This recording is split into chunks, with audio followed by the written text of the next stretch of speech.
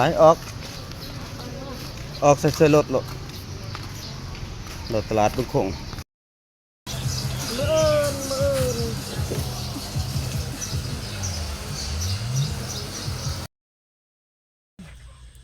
ฮะมาพี่น้องมาเจ้าเข้ามาอยู่ไกลๆก็ได้ทำนี่แหละเอามาปิดเขาเขาลงในปอนมาพี่น้องมาสบายดีพี่น้องฟังไทยและฟังลาวแต่ก็ต่างประเทศนั่นเด้อพี่น้องเด้อทุกคนมาพบกับ2เป็นเรื่องซ่าเนี่ยคือเก่าพี่น้องเลยแต่เมนูตำกระปุ่นพี่น้องกระปุ่นใส่มะเขือใส่ตัวดินใส่ในหมูหงในมะกระทินแซ่บๆมากพี่น้องเลยกระปุ่นโลนึงกินกับไข่เวียดนามแซ่บพี่น้องคือก็ไลค์กดแชร์กดติดตามเลยพี่น้องเด้อบรรยากาศอยู่ตรงไหนตรงหน้าตอนนี้เวลา6:30มาแซ่บๆพี่น้องเลยเอาเราได้นี่โอ้ยผักมีผักกินกับแบบมีผักพี่น้องเลยมีผักด้วยพี่น้องเด้อ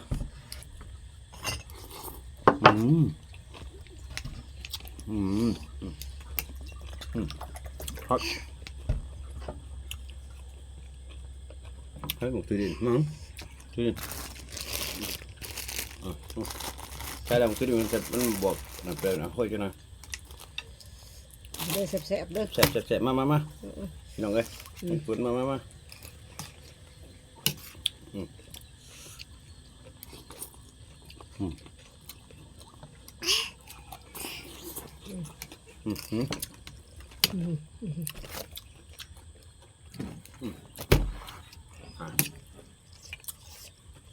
หยอกกับปลาขม่าอยู่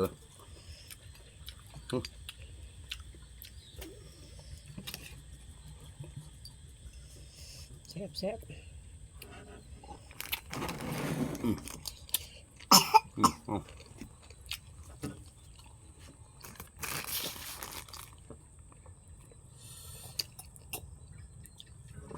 มันก็แรงเลยพี่น้องเลย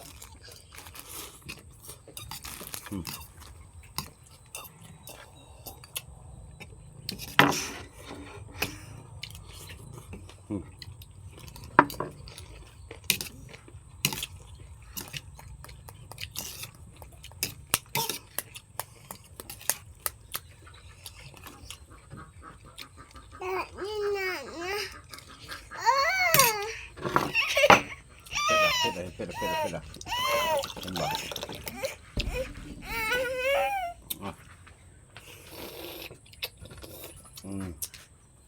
ไข่เวียดนามเอ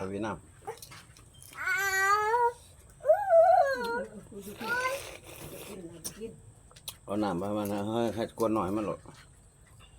เผ็ดละมันหน่อยเผ็ด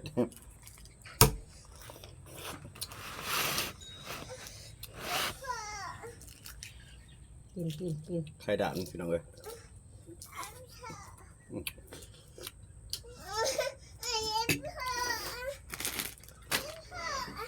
ปวดขี้บ่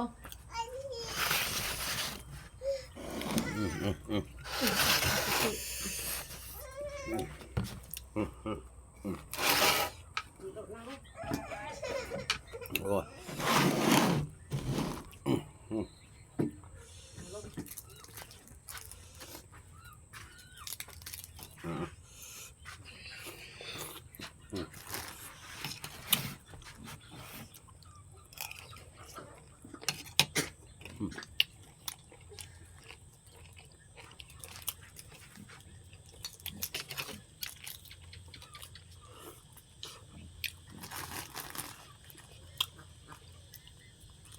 พวกนังค้า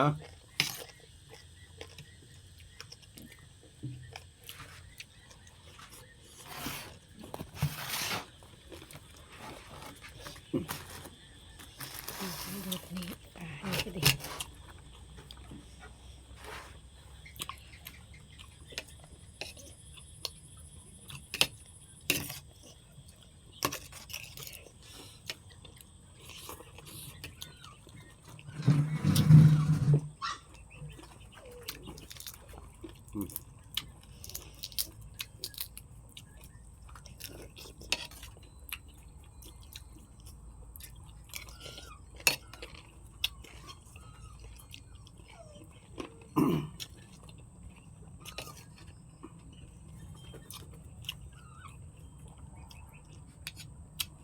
ารบ้านนอกเขา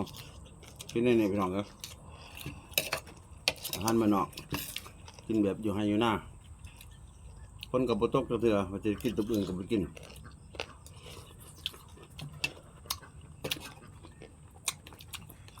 คนตกมาได้กิโลเอง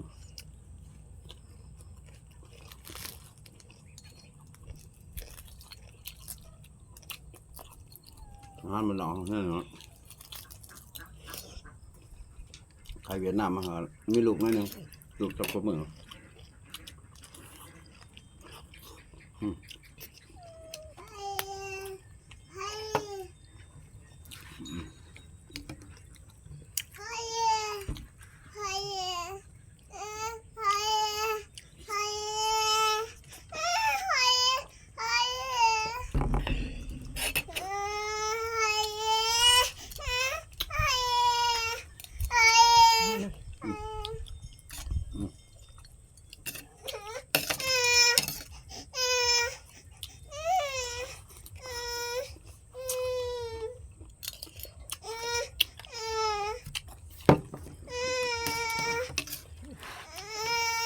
ความสุขของลูก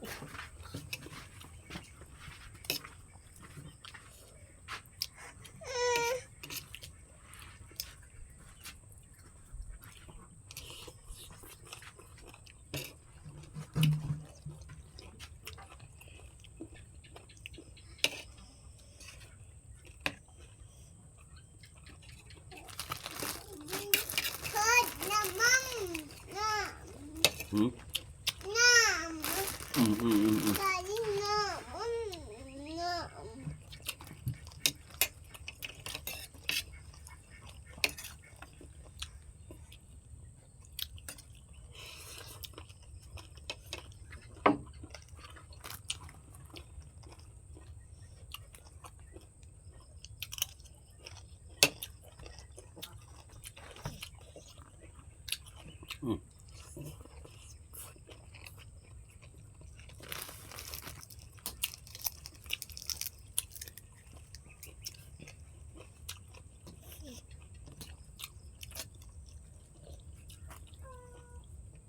ลองกินไข่ดาวเนาะ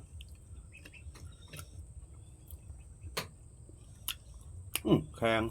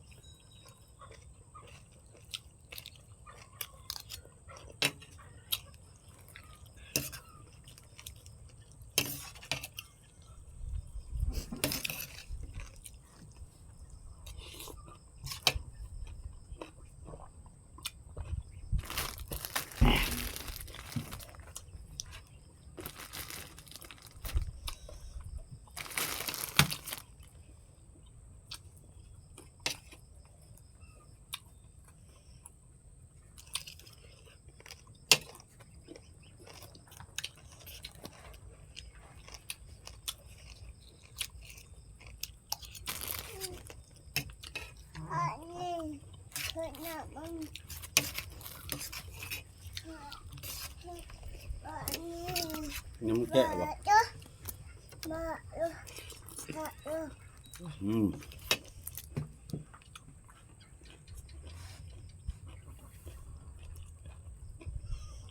ชุด โ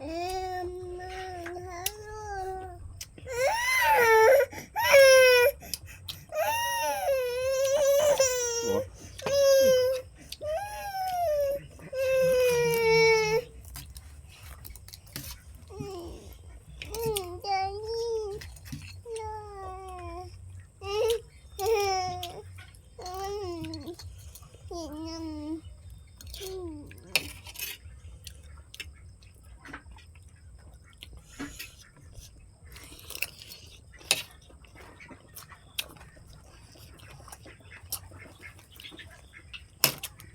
ก็ได้แต่ไม่มีพักหนึ่ง